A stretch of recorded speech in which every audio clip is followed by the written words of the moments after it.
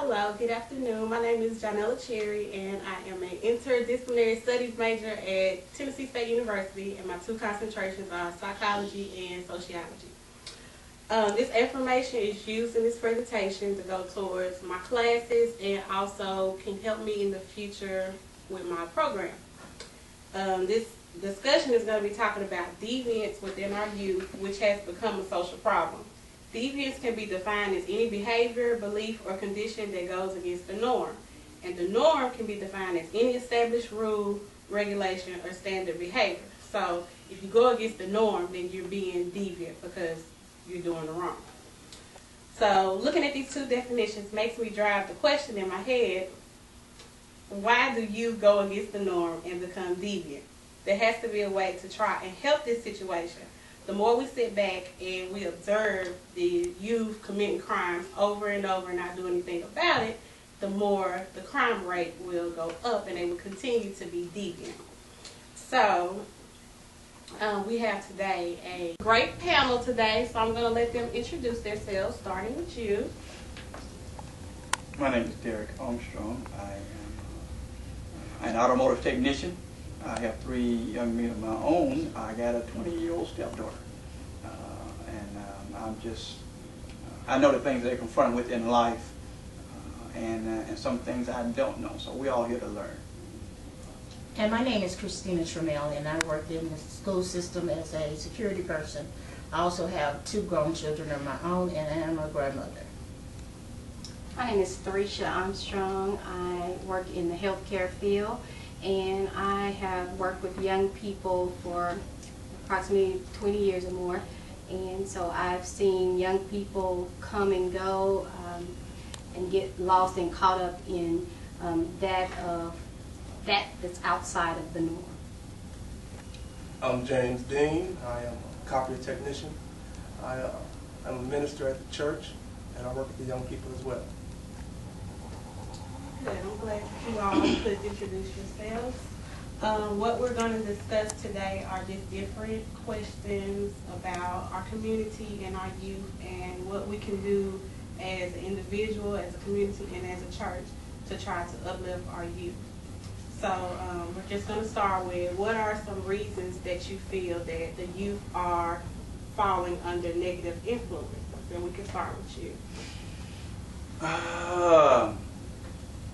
For some reason, well, that's number one, not a lot of negative influences in the world today.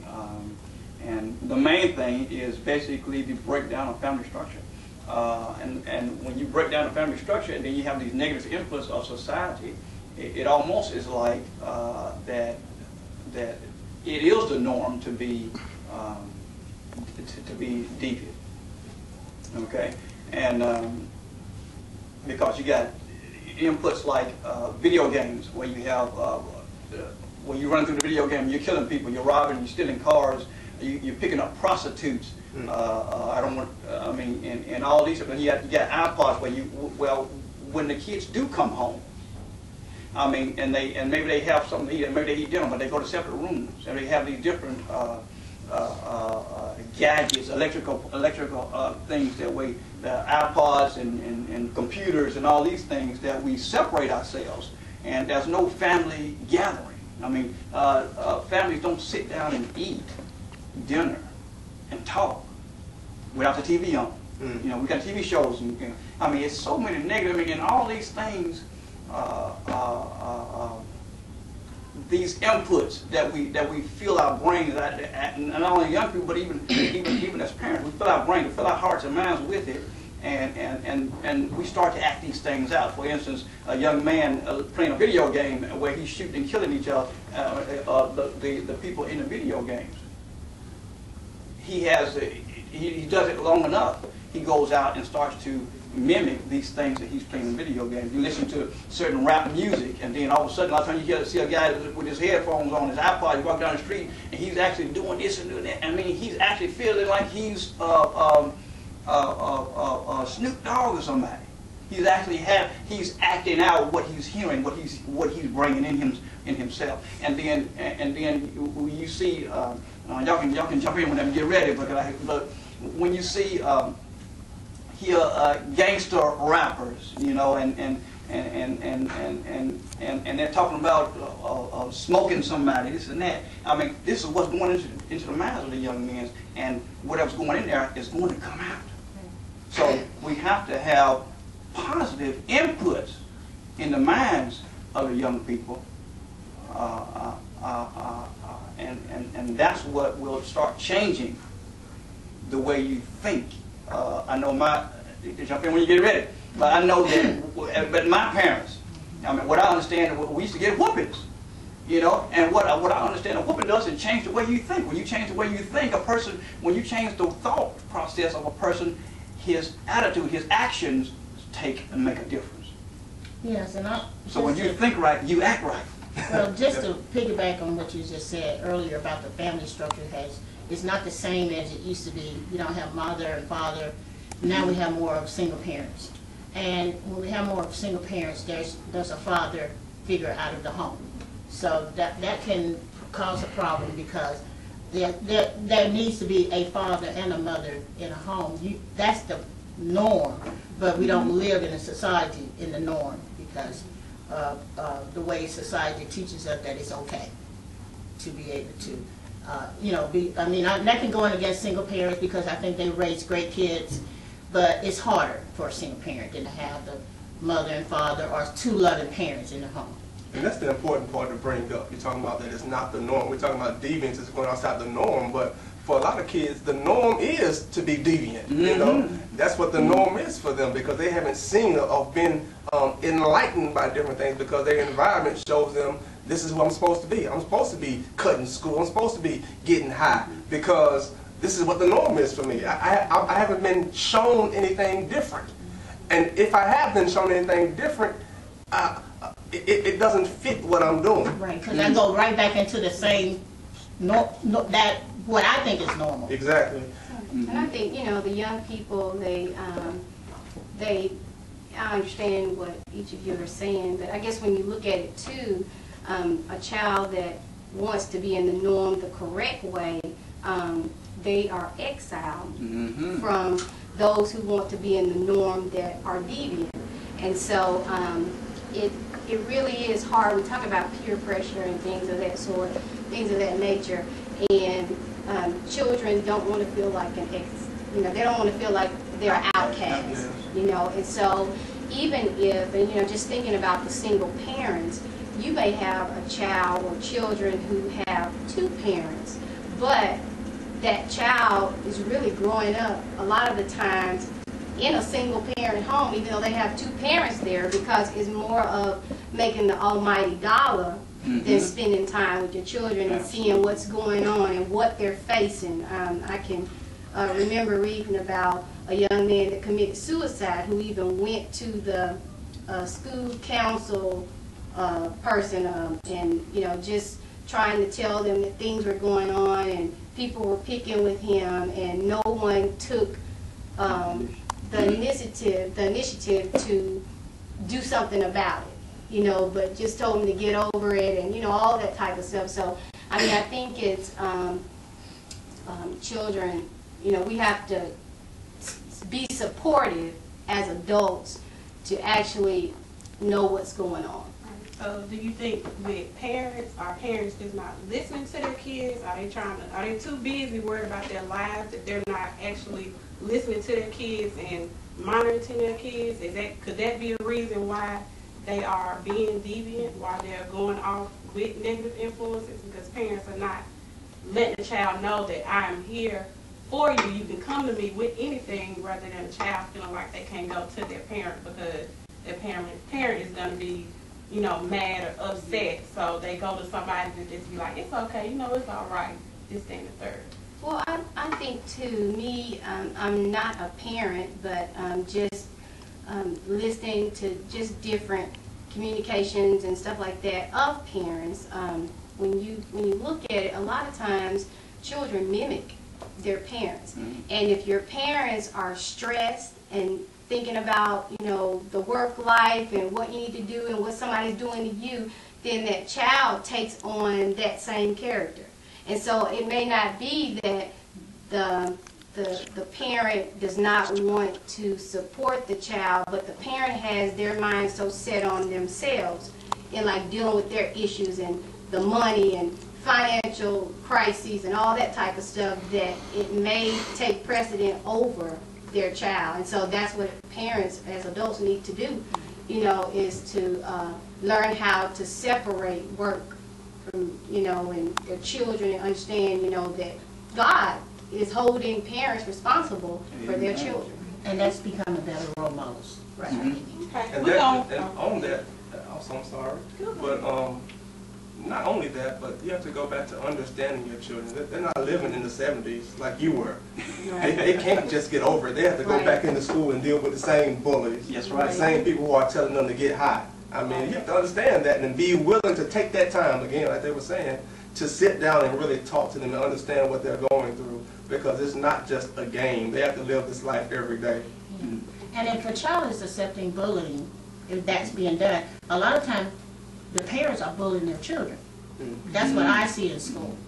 They're afraid to even, they're afraid to even say anything to the parents because they are being bullied by Right, them. and you hit them Right, yeah, you did yes, this, yes, yes. And I think also, I mean, going back to what you were saying, dealing with time, I mean, with time, you build relationship. A lot of parents don't have the relationship that they need to have with their children. That's why it's also good to always have a sit down, have a family counselor. That's why it's so important that I think even different statistics or surveys they've done where they're saying the kids that actually sit down and eat together, eat dinner together, actually have a different a different response, a different way of life, a different way of thinking than kids who just come home and eat well, whatever they eat, whatever.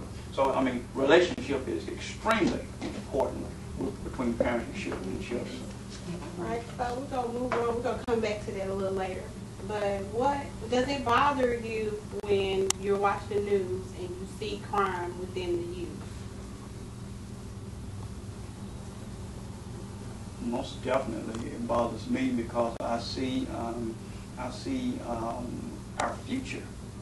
I mean, because the younger people, the younger generation, I mean, that is our future. I mean, you see these young people. I'm going to go back to 12 and 13. They're even 6 and 7. You know, carrying knives to school and thinking. I mean, it bothers me because I see my children having to go to school with these children with a lack of training, lack of relationship with parents. I mean, and that's going to have an effect on them. I mean, this is what causes bullies and this and that because of, you know, the surrounding that I've sent my children into. So yeah, it does bother me big time. And it should bother all of us because we are being affected no matter if your child is in the wrong or if your child is bullying or if your child is stealing or killing. Everybody is affected. We're not on an island. We don't live on an island by ourselves. Absolutely. So whatever your child does or my child does, all the people we all are affected by it. It could be if somebody's stealing, prices goes up. You know, so we all get affected. We can't say, well, that's their problem, and we just forget about it. Let them handle their problem. But God created us all as one group of people, you know. So we all in this melting pot together. But do I only get, that's the thing, do I just get mad and just stay there though, you know? Oftentimes we get mad and that's it, you know, we don't do anything about it. Right. And I think that's what we want to try to do is, how do we do something about, you know, what we're seeing on the news? Because it does affect us, as you were saying. I mean, one way or another, it may not have been you getting hit in the head this time, but it could be you next time. So Or a family member. who do I need to talk to try to help them see different things, a different way of living? And, you know, just encourage those that you have communication with, because if you don't have a relationship with a young person, then what you say to them, you know, is going to go in one ear and out the other. But if you have that relationship, that communication, and they can see you living out what you're speaking, then you have a great influence on them. And so we need to just encourage young people to not, when they see the different events and stuff happening on TV, to not assume that this is where I'm going to be or this is my path to life, but to know that they can be better and they can influence their friends to be better. What are some ways that you and your community can make a change within the youth? Well, I think the church is a very important part in the community. I believe that God allowed the church building, the worship setting to take place in the heart of communities. And I think it's that is a greater value. And I mentioned the church because we all can identify prayer with church, and we can all understand that when prayer was taken out of school, then it seemed like everything started happening, chaos started coming, and so that is our lifeline. And so as being in the community, I believe that the church has a responsibility to get out and to speak to the community, but not just get out and pass flyers to the community or invite them to Friday Night Live or something, but really be an asset in bringing parents in, parents who maybe have not finished school, to encourage them, show them how to get their GED, what they need to do to educate themselves, because if children can see that their parents are prospering and moving forward, then they will grasp that, that desire to want to do. I think that was an important word you just said, education. It is about educating, not so much with in school, but just giving more information, because without information, we just don't know what the opportunities are, so we have to give information to people, young people especially, to let them know that there's a different way of living. You're not just bound to your community. You may live in a poor community, but that doesn't have to be your future.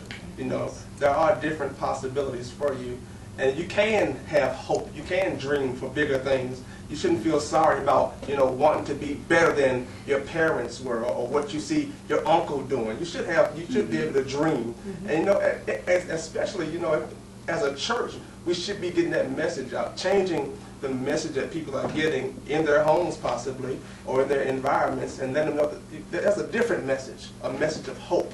That's right. A message of being fulfilled, living a life of joy and not just of dread. And so we want to get that message out and change the message that's going out and what people are receiving. And I agree with you on that about informational, because a lot of times in schools we give them a lot of information by flyers. I think we should follow up when we do give information out there, so we know that that we are reaching kids, instead of just passing out, because we can pass out all the flyers, we can tell them about birth control, we can tell them about all these things that they need to know, but are we giving them the tools to how to do that, how to work with that? And also with that, within the schools, and all this kind of piggybacks on something that I want to do as a career goal. When I was in high school, I got in the I Have a Future program, which I found out recently that the sponsor who's over that, he's not going to do it anymore. And what that program did was, a lot of us that lived within the poor communities and didn't have a lot, he took a group of us, and it wasn't like 20, it was like growing, 30, 40, of the high school, 9th through 12th grade. And not only did he just tell us what's right and what's wrong, he really did educate us on a lot of things. We went out of town to different colleges and universities. He showed us like a whole lot. Like, he was really like a daddy. Like, everybody called him daddy because he was like that. And I think that needs to be incorporated more into schools, and not just one high school, but several high schools around Nashville, because how they changed the zoning, it's like kids in the poor areas are going out to the rich areas, and they don't want them out there. So that right there can be something good to kind of uplift youth if you just educate them, not just give them flyers, but you show them, the importance of birth control and contraceptives and all these other things, so they would know the importance of, guns, not to use them, drugs, everything. So. And it goes, again, back to building relationships. All right, and since we were talking about church, I'm going to come back to that. That's our last topic discussion. How, as a church, can you go within the community and make a change? What can you and your church do? I think for one thing, you can't go out into the community and tell them what they ought to do. You know, you can't tell them they need to be saved and that's it. You know, so there has to be again going back to the word relationship. We have to build relationships with people by offering them things that they actually need. You know, we have to meet their needs like Jesus did. I mean, that's what he did to people. He met their needs. When people were hungry, he fed them. You know, and so that's our jobs to go out there and meet the needs of the community so that they can see and be open to what our message is. And just to piggyback on what he said, I know with our local church during the May floods a couple of years ago, that was one of the things that we had an opportunity to do was to go out in the neighborhood, and we sponsored a community feast day. And with that community feast day, we had opportunity to do surveys where we could ask the community what they needed. So that's one of our goals at our local church, is to just continue to try and meet the needs, whether it's a food drive. We started tutoring sessions and all that type of stuff. So, I mean, just to pull in the community and let them know that we hear them. I think that's it. Personally, myself, what I could do as a church member is always constantly encourage. Because in the school system, kids hear so much negative about them. Like we was going to the news report, they see those kind of things. They have their parents are negative, prisons, fathers, uncles. So we need to show some positive role models. We can't just let music be their role model. We can't let sports be their role model, because everybody's not a great musician. Everybody's not a great sports player, but they can be a great human being. And whatever thing that they endeavor in their lives, they can conquer it. But we got to let them know that they are somebody. They are somebody. Because too many times, and you talk about the rich and the rich and the poor. Yeah, the rich is rich for a reason. The poor is poor for a reason. God didn't intend for none of us to be poor. I mean, He's a God has abundantly. I mean, more than we can ask for. So, we need to start sharing what we have. If you got a coat and you don't need it and it's just hanging in your closet and still got the tag on it, give it to somebody that can use it. Right. If you got several children clothes that you got tennis shoes, we have a bundle of lot that we don't even need. Because God has blessed us. So we're here to bless somebody else. That's what we're here. And so as a church, that's our job. That's our ministry, is to be a blessing to someone else. Yeah. And I think also, like you're saying, is as we understand, know the Word of God and live the Word of God and be the example of Christ as. And then you actually have something to share with somebody. You have that positive role model to share. Thank you, everyone, for taking time out to discuss these issues that are going on in our community as well as our youth. Thank you for having us. Thank you. All right.